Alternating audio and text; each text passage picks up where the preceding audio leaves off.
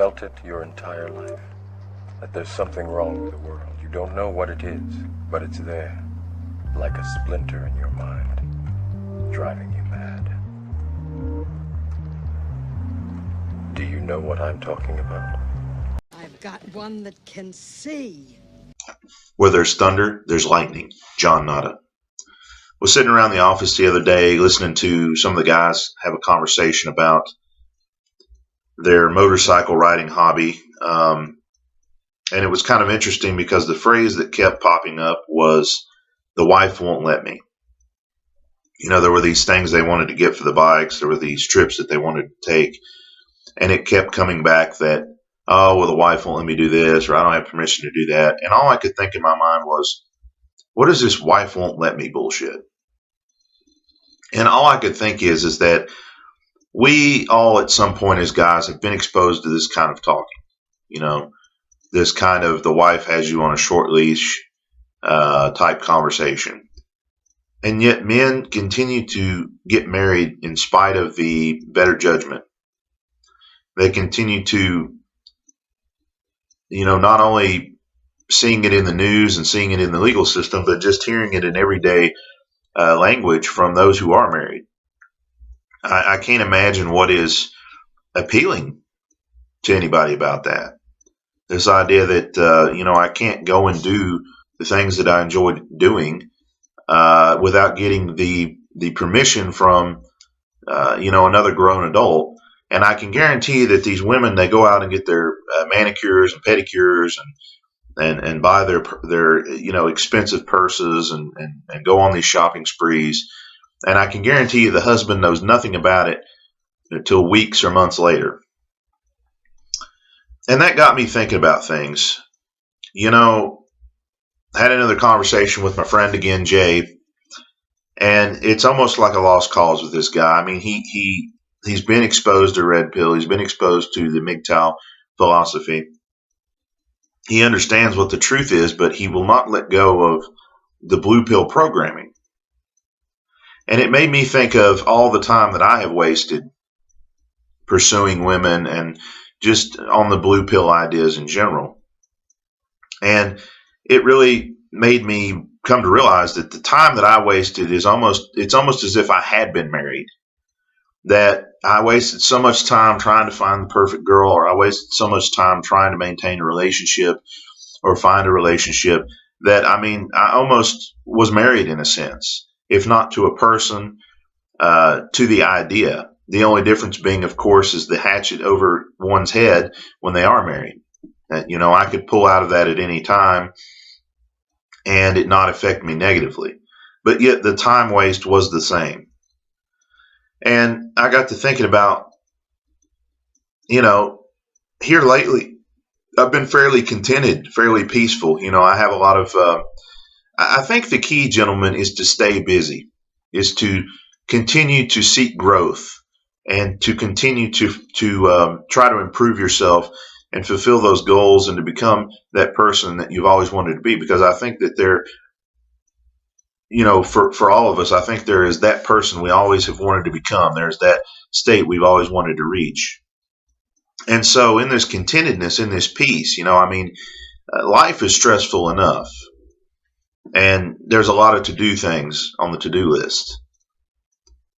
And yet in this contentedness and this, you know, life isn't so bad. You know, I'm really enjoying life. I'm really getting a lot out of life because I'm improving myself and I'm seeking the finer things out in life in terms of what this is really all about. And all I can think is, if I introduced a woman into all this, it would just screw everything up. I mean, the minute that I introduce a woman into all this, that peace and contentment is going to go right out the window. And the thought came to mind, why do I need a woman to ruin my life? MGTOW is a resource. It's about taking power back. And ultimately, I think MGTOW is a study in the human condition, primarily the male condition. Steve Hoke, I listened to a couple of his videos not too long ago and meant to comment on some of them. I think Steve has jumped the shark once again and he's gone into feminist territory. He was talking something about toxic masculinity or some kind of inane bullshit. I think anybody that would use the term toxic masculinity, I don't see how they could claim to be MGTOW or male for that matter. But and he also, what was the thing? He has his argument: you cannot pursue your passions unless you fulfill your biological urges first, meaning that you have to have a woman in your life, or you have to have some access to sexual activity or whatever in order to fulfill your passions. Well, Steve, I'm here to tell you you're absolutely full of shit once again, but you'll never acknowledge my comments. You'll never engage my arguments because I don't have enough subscriptions for you to, this guy's obsessed with subscriptions, and I guess I don't have enough to merit an invitation, I guess. So, but that's just complete BS. And the only reason that I'm even saying anything about the guy is because I think he does a disservice to a lot of MGTOW, particularly the young MGTOW.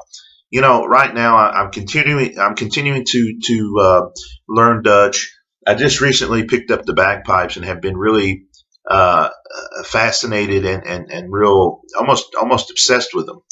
I want to get good at them. I want to be able to play them. I think it's such a great outlet, and many other things in life that I'm enjoying that have nothing to do with fulfilling that biological urge that he is speaking of.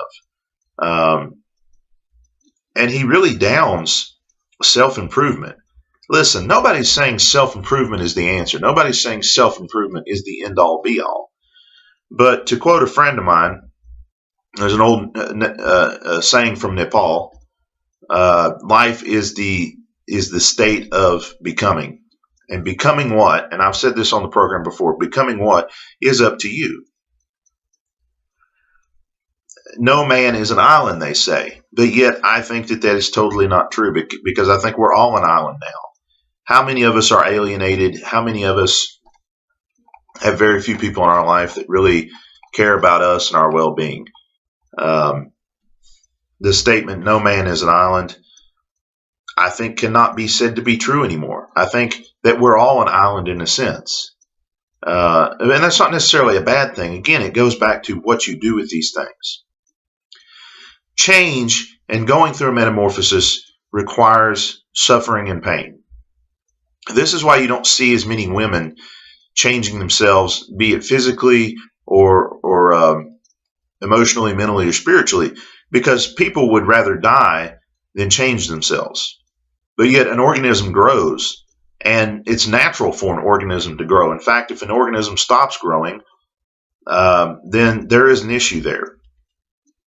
It is a natural thing, but it's also a hard thing. It's also one of the hardest things, I think. I think very few people really change, be it their mental state, their emotional state, their spiritual state, or even their physical state.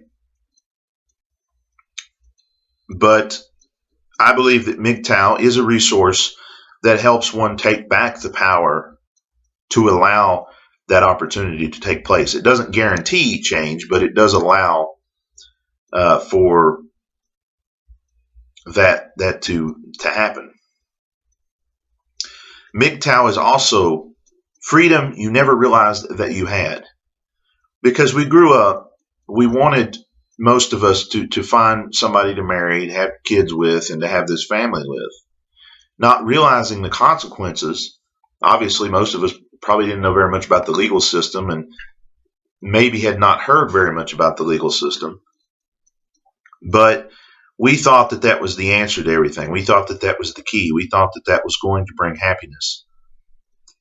And to not have that brought sadness. It almost brought a sense of shame and failure. But yet, what we now know is that it has brought us freedom we never realized we had. Going back to the earlier comment about the wife won't let me.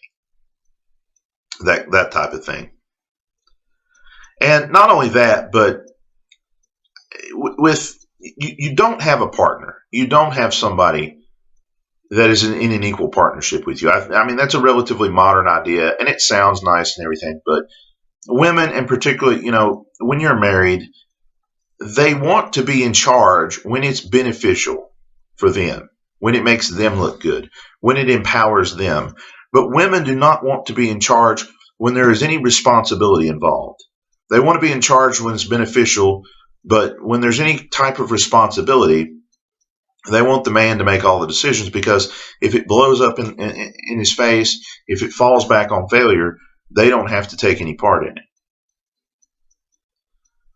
Self-improvement has so much more to offer you than anything that a woman can. There's so much more in return that comes from cultivating yourself, finding out who you are, and finding out who you are in this world, than what comes from a relationship with a woman. I think most relationships that I've had, they've stymied that self-improvement. They've stymied that self-discovery, and in fact clouded the mind. It's unfortunate. And again, we've all been raised with this blue pill idea that we're going to meet this woman that is going to just bring about all these great changes, and is just going to do so much for us and so much in our lives, and be there as a support system, just as we're there for them. But the fact of the matter is that 9 times out of 10, you end up taking on a lot of dead weight. You end up with somebody that has an excuse for everything. I mean, and this has been talked about and bandied about time and time again. Women have an excuse for everything. I very, very rarely have I ever heard a woman apologize or admit that they've done anything wrong, or admit that they've failed at anything. There's always an excuse for something. Anybody that's ever dated anybody, if you do something to them, then you're totally and wholly held accountable for it. But if they turn around and do the exact same thing to you, there's always some reason why they did it, and why they were righteous in their doing it, but you weren't. I mean, it's mind-boggling. It's so frustrating, really, because it's the exact same thing that you did or that you were accused of doing, and yet there's some reason why their doing it was different than you're doing it, even though it was the exact same thing. And a lot of guys ruin their lives over women or for women, to be with a girl or to stay with a girl. And again, that's why MGTOW equals freedom. That's why MGTOW, we can break free from that cycle of ruining our lives, be it through unfair divorce, or there are a lot of guys out there that will get into a fight over a girl who in the end cares nothing for them. And then there's all the legal ramifications and everything else. MGTOW, though, is not a movement, and I think a lot of people are confused by that. They feel like anything that resembles a movement has to be a movement, and yet we're all so different. We all have so many different thoughts on things. There's so many different ways to do this way of life, or this philosophy. But what it does is it sheds light on the truth. But it doesn't make you follow the truth. It doesn't make you implement the truth. What it does is it shows you the reality of things. And it's up to you to make the decision as to whether or not, you adjust your behavior accordingly. It's a reaction, sure. And I think that there has probably always been something akin to MGTOW throughout the ages. It's just now on a wider scale because of the dissemination and widespread availability of information. But not only that, I think that female nature is on display more so than it's ever been, because there has been a incubation, and it has been allowed to be on display. And the more that time marches on, it seems like the more it's just in your face, and the more that it's flaunted, and it's almost as if they're trying to provoke a reaction or daring somebody to say something. And I'm not going to take credit for this. I can't remember where I read it, but I believe the thing that makes MGTOW so powerful beyond any other thing out there, MRA or the red pill or whatever, what makes MGTOW powerful is that there's nothing more powerful than to disengage and to walk away. Totally deflates and takes away any power that the system has. And that is what MGTOW is. We're disengaging, we're walking away, and we're taking stock and bringing value to our life. As they say, get busy living or get busy dying. I am John Nada. This has been the Days of Thunder. Remember, you're free to do as you were told.